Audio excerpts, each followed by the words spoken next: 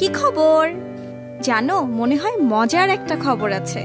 আমি একটু আগে স্যারের হাতে একটা নোটিশ দেখলাম। কি হতে পারে ওটা? চলো তো দেখে আসি।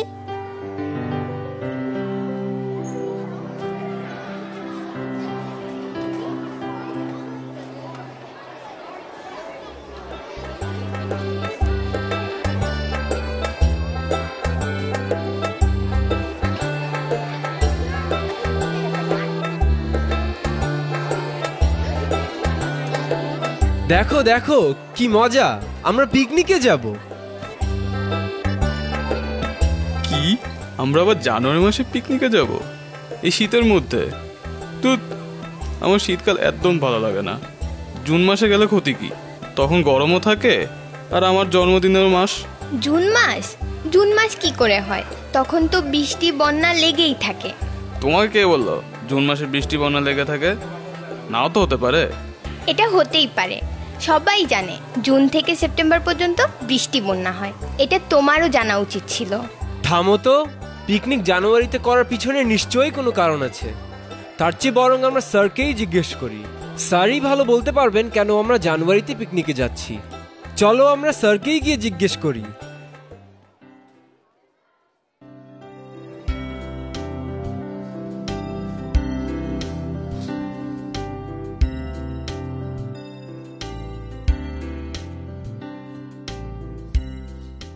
কি খবর তোমাদের?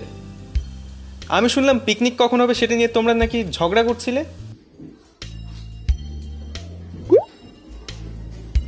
আচ্ছা স্যার, কেন আমরা সবসময় জানুয়ারিতেই পিকনিক করি? জানুয়ারিতে পিকনিক করার কারণ তো একটা আছেই। এটা কিছুটা জলবায়ুর সাথে সম্পর্কিত।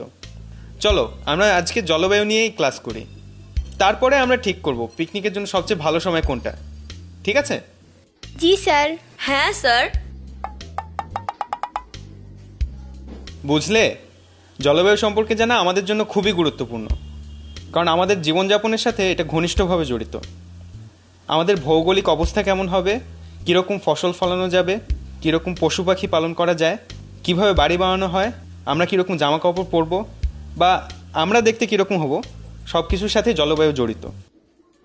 আমাদের দেশের জলবায়ু মূলত মৌসুমি বায়ু নামক বায়ুপ্রবাহের দ্বারা নিয়ন্ত্রিত হয়।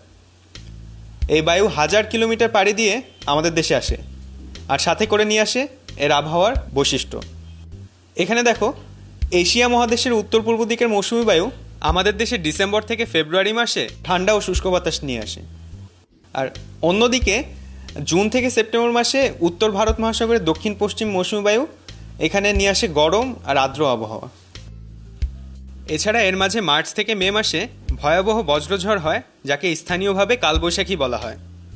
আর এপ্রিল থেকে মে এবং অক্টোবর থেকে নভেম্বর মাসে ঘূর্ণিঝড়ের সময় শুরু হয়। তো তিমুল, কি মনে হয়, এগুলো কি পিকনিকের জন্য ভালো সময়?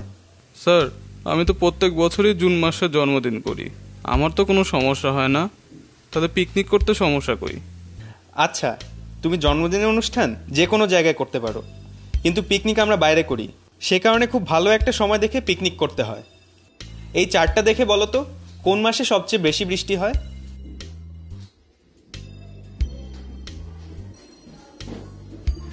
এ কি, জুন থেকে সেপ্টেম্বর তো দেখি সবচেয়ে বেশি বৃষ্টি হয়। পিকনিকের জন্য তাহলে এটা তো খুবই খারাপ সময়। একদম ঠিক বলেছো বাদল। আর এপ্রিল থেকে মে আর অক্টোবর থেকে নভেম্বর মাসে ঘূর্ণিঝড়ের সময় শুরু হয়। তাছাড়াও মার্চ থেকে মে মাসে ভয়াবহ বজ্রঝড় বা কালবৈশাখী হয়। তাহলে কি মনে হয়, পিকনিকের জন্য জানুয়ারি মাসটাই ভালো না? কিন্তু আমার তো মনে হয় জানুয়ারি মাসে অনেক দুর্যোগ হয়।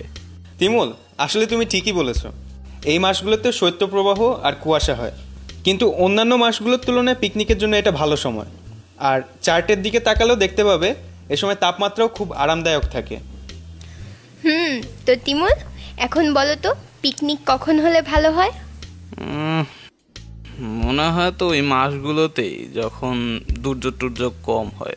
মানে তুমি বুঝাতে যাচ্ছ ডিসেম্বর আর ফেব্রুয়ারির মধ্যে, তাই তো?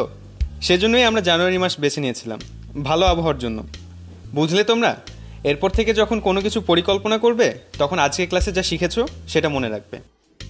এখানে দুর্যোগ ক্যালেন্ডারটা দেখছো না, এটাও কিন্তু তোমাদেরকে অনেক সাহায্য করবে। আজকে তাহলে এ পর্যন্তই থাক। আশা করি তোমরা পিকনিকে অনেক মজা করবে। দেখা হবে তাহলে। বাহ, আজকে তো আমরা জলবায়ু নিয়ে অনেক কিছু শিখে ফেললাম। আর তোমরা সবাইও নিশ্চয়ই অনেক মনোযোগ দিয়ে সবকিছু দেখেছো। এবার তাহলে যাই, পরে আবার দেখা হবে।